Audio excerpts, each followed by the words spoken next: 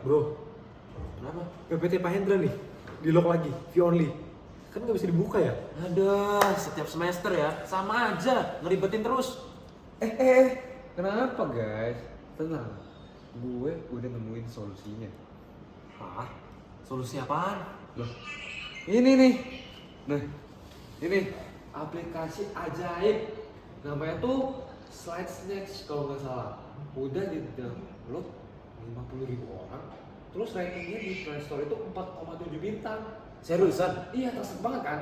Wah, gila sih. Dapat dari mana itu? Loh, ini kemarin ada rekomendasi di forum mahasiswa gitu deh. Gua dapat kayak ada kating-kating gitu dari kata tingkat bilang ini aplikasinya bagus. Itu akhirnya minta akses apa aja? App-nya minta akses apa aja ya? Coba aku ingat-ingat. Kalau nggak salah tuh penyimpanan, terus clipboard, akun Google, kontak list, telepon, SMS. Apalagi ya? Banyak deh, aku nggak inget. Ya, cuman kan tinggal accept aja dia tuh. Oke. Loh, bener nggak sih tinggal accept doang? Kenapa emang? Mungkin butuh buat sinkronisasi sesuatu nggak sih? Kan kita mau kirim PPT ke orang-orang lain kan, lewat kontak list dan lain-lain. Bener. Mungkin bener. Ya, coba menurut dulu ya. Coba.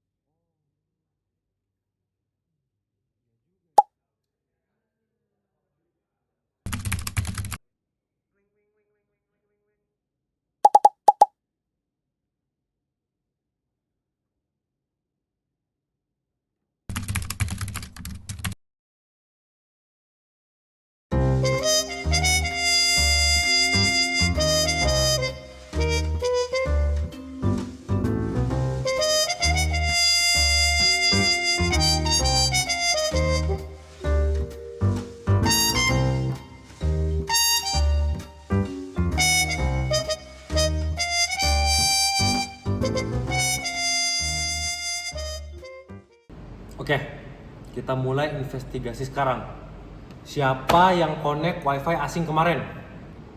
Gua kemarin connect sih, connect wifi Starbucks. Oh, lu tersangkut utamanya.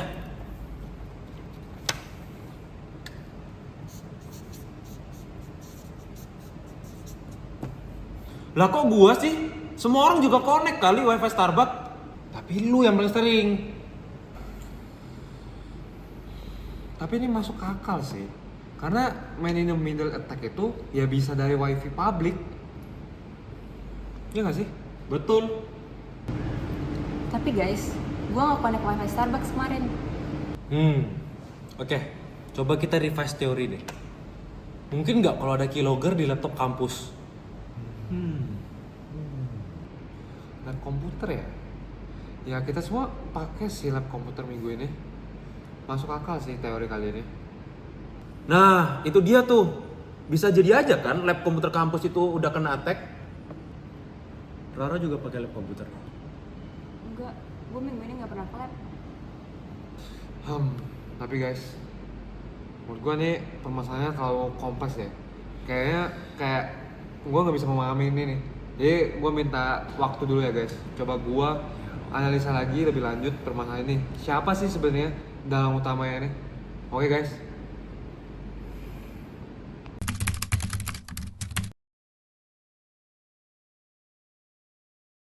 Oke, stop. Gue mau tanya dulu. Kemarin siapa yang install app baru? Gua ada sih download Slide Snatch, tapi itu Fikri yang rekomendasiin ke gua. Lah, kok lu nyalain gua sih? Slide Snatch kan aplikasi populer. Banyak kok yang pakai itu di Play Store udah jutaan download. Jangan nyalain gitu deh. Gini deh, emangnya app itu minta akses apa aja? Akses ya?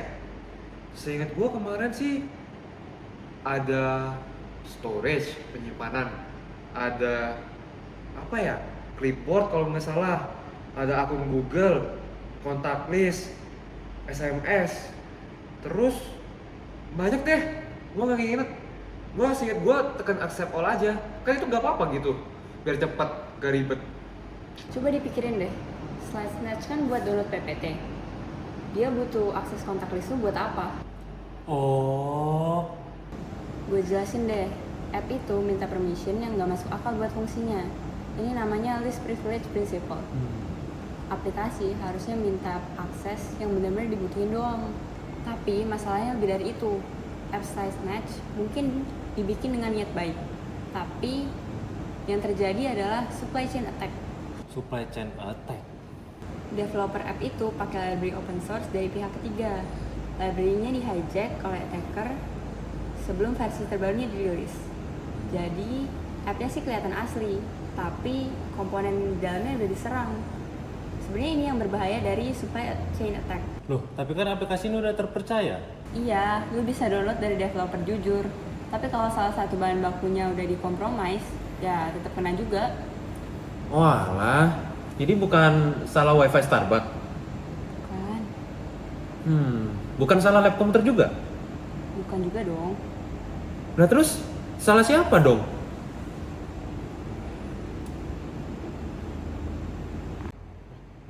Lah, gua nggak tahu dong kenapa nyalain gua. Gua kan cuma mau download aplikasi download PPT doang. Dan nomor gua bocor karena gua ada di kontak Fikri. Waktu Fikri ngasih izin akses kontak, dia ngasih akses buat semua orang yang ada di kontaknya tanpa mereka tahu, tanpa mereka setuju. Makanya ini aturannya. Yang pertama, sebelum install cek dulu permissionnya masuk akal nggak untuk fungsi app-nya. Aplikasi download file kan nggak butuh akses kontak. Kedua, install dari sumber yang terpercaya. Cek dulu developernya walaupun udah terkenal. Ketiga, supply chain attack itu makin sekarang udah makin sering terjadi. Kita harus lebih kritis karena developernya sering juga nggak tahu. Keempat, setelah install app, cek settings, permission manager, privacy, dan lain-lain deh. Biar kita tahu apa aja yang akses ke kontak sama file-file di HP kita. Gue mau nambahin satu hal. Mau nambahin apa emang? Sebenarnya gue udah tahu sih dari awal. Cuman kalian kelihatan excited banget tadi main detektif-detektifan. Jadi gue gak ngomong apa-apa. Lah, kalau gitu, kenapa lu nggak bilang ke kita semua dari awal? Kan gue udah bilang, males.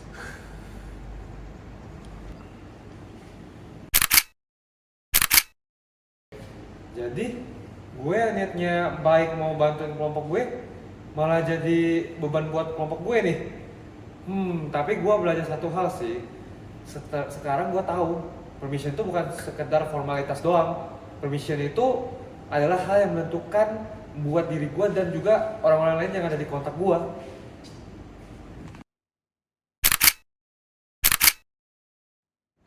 Dan supply chain attack itu bukan cuma sekedar app yang jelas-jelas jahat. Bisa aja app itu dibuat oleh developer baik, tapi udah disusupin sebelum sampai ke kamu.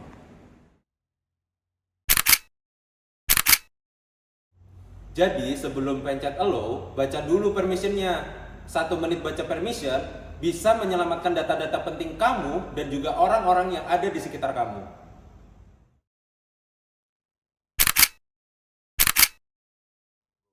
Cek permission manager di HP kamu sekarang. Pasti ada app yang aksesnya nggak masuk akal.